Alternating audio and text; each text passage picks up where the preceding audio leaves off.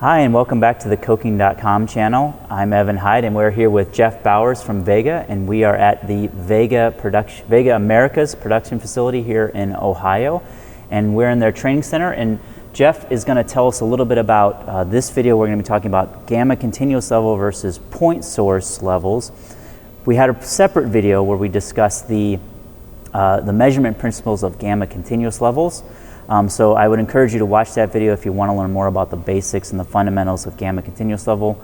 Today we're going to be talking about point source levels. So Jeff, give us the quick primer on what you have here and what's the difference between continuous and point level. So a basic overview is we have radiation sources on one side of the vessel that project radiation across. This device here is a continuous level device. It's used for monitoring that radiation, and as process fluid raises in the vessel, it blocks that radiation, and the continuous device says, I've lost some radiation, so I know that process level is filling. Contrary to that, we have additionally point devices, so we have one high and one low that's used to indicate elevation-specific measurements. So in these cases, as soon as that short device is covered, it switches and says, I now have fluid at this elevation. Okay, so I just want to reinforce the point that, you know, this smaller little stub with the stainless steel bottom, that's the target switch, and that is only sensing the elevation specific radiation, right? Yeah.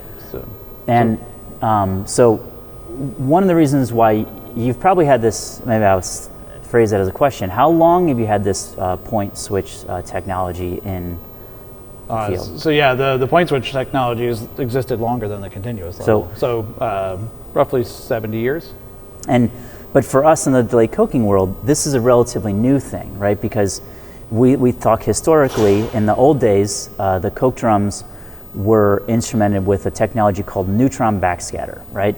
And Neutron backscatter is a different measurement principle, and many of you who have worked in delayed cokers for a long time are very familiar with Neutron backscatter. This is a gamma source, and it is a different measurement principle, but about 20 years ago, we decided that we wanted to bring continuous level to the coke drums versus Neutron backscatter, which were only point sources. So VEGA was one of the earlier pioneers in that technology application for cokers. But now that Neutron backscatter is obsolete, and the only vendor in the world that was making that system now is no longer in that market, and there are no more spare parts, VEGA has kind of brought back to the fore this point switch. And so how are you using this in delayed coker applications now, independent of the continuous level or in combination? So it's generally used in combination. So a lot of customers have their control methods built around the Neutron backscatters at some distance from the top tangent line of the vessel.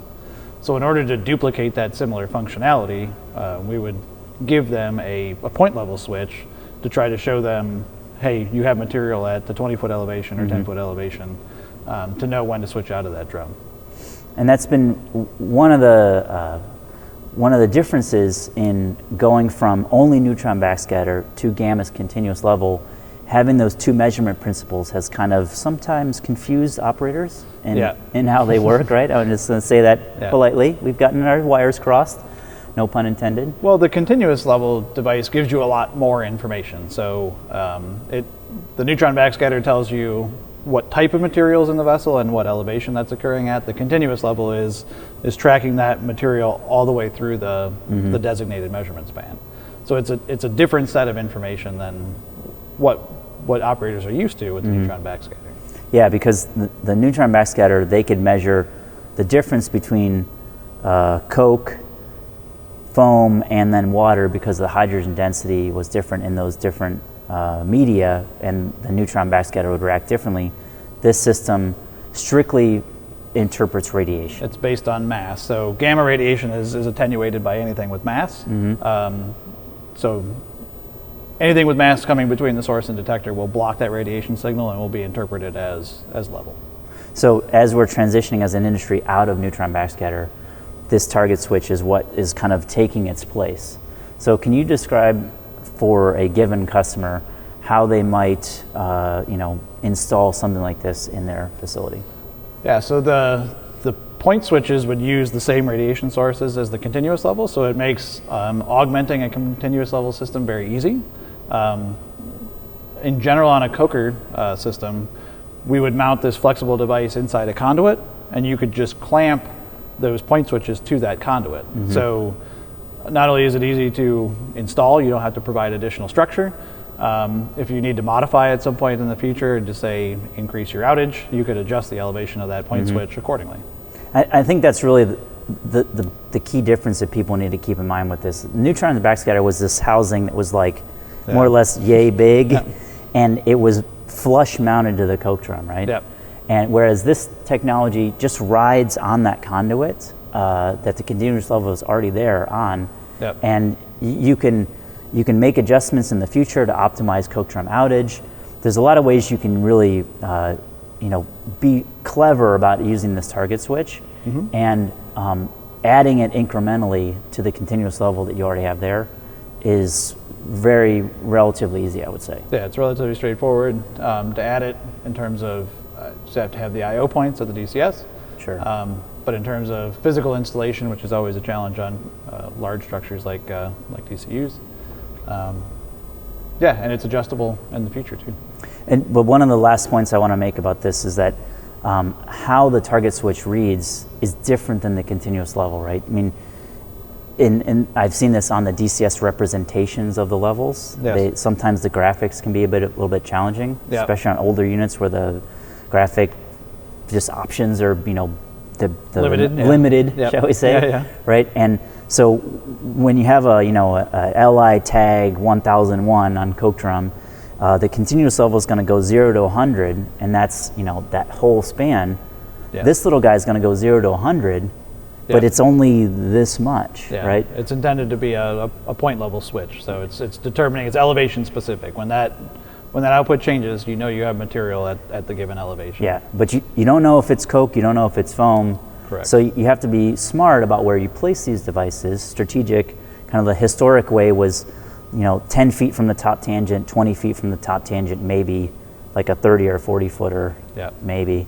But like that 20 footer would be the plan to switch out of the coke drum, and the 10 foot is like, oh no, let's get out immediately. Potentially a foam over, Potentially trouble. But this, unlike the continuous level, which senses the full span of radiation, if this radiation is occluded at the target switch, you know that there is something there. Correct. Right, and you can rely on that. It's repeatable, and I think it's a good technology to move away from the otherwise now obsolete neutron backscatter. Absolutely. Last question: is there anything else that we didn't talk about specific to this tech? So specifically for the delayed coker measurements, there are many different options that we can include in that system. So talking about automatic zeroing of the system after each cycle. We talked about the point levels. We haven't talked about ambient X-ray protection or vapor density compensation. That'll be a video for next time. Yeah. So there are certain operating parameters that we've developed solutions for, but it depends on how complex we want to make the system. So if you're looking to keep your system simple, we can do a very simple level with point switches, or we can add a number of pieces of complexity to deal with the challenges of a challenging operating environment. Well, we are certainly challenging, that much I can assure you. Well, thank you, Jeff. This has been very informative. I think I've learned a lot about the difference between continuous level and point switch target levels, and how they are replacing our older, now obsolete neutron backscatters in coke drums around the world. So if you'd like to learn more from Jeff or the rest of the team at VEGA, they will be at the upcoming RefCom conference, and I would encourage you to talk to them there, meet all the vendors, learn a lot. It's a great opportunity. If you don't have the option to come to the conference, obviously VEGA has representatives around the world, and they'd be happy to help you and educate you more about this, very important level measurement in our delayed coking process. So thank you, Jeff, for your time. Thank you. And we will see you all at RefCom or somewhere in the world. Thanks a lot.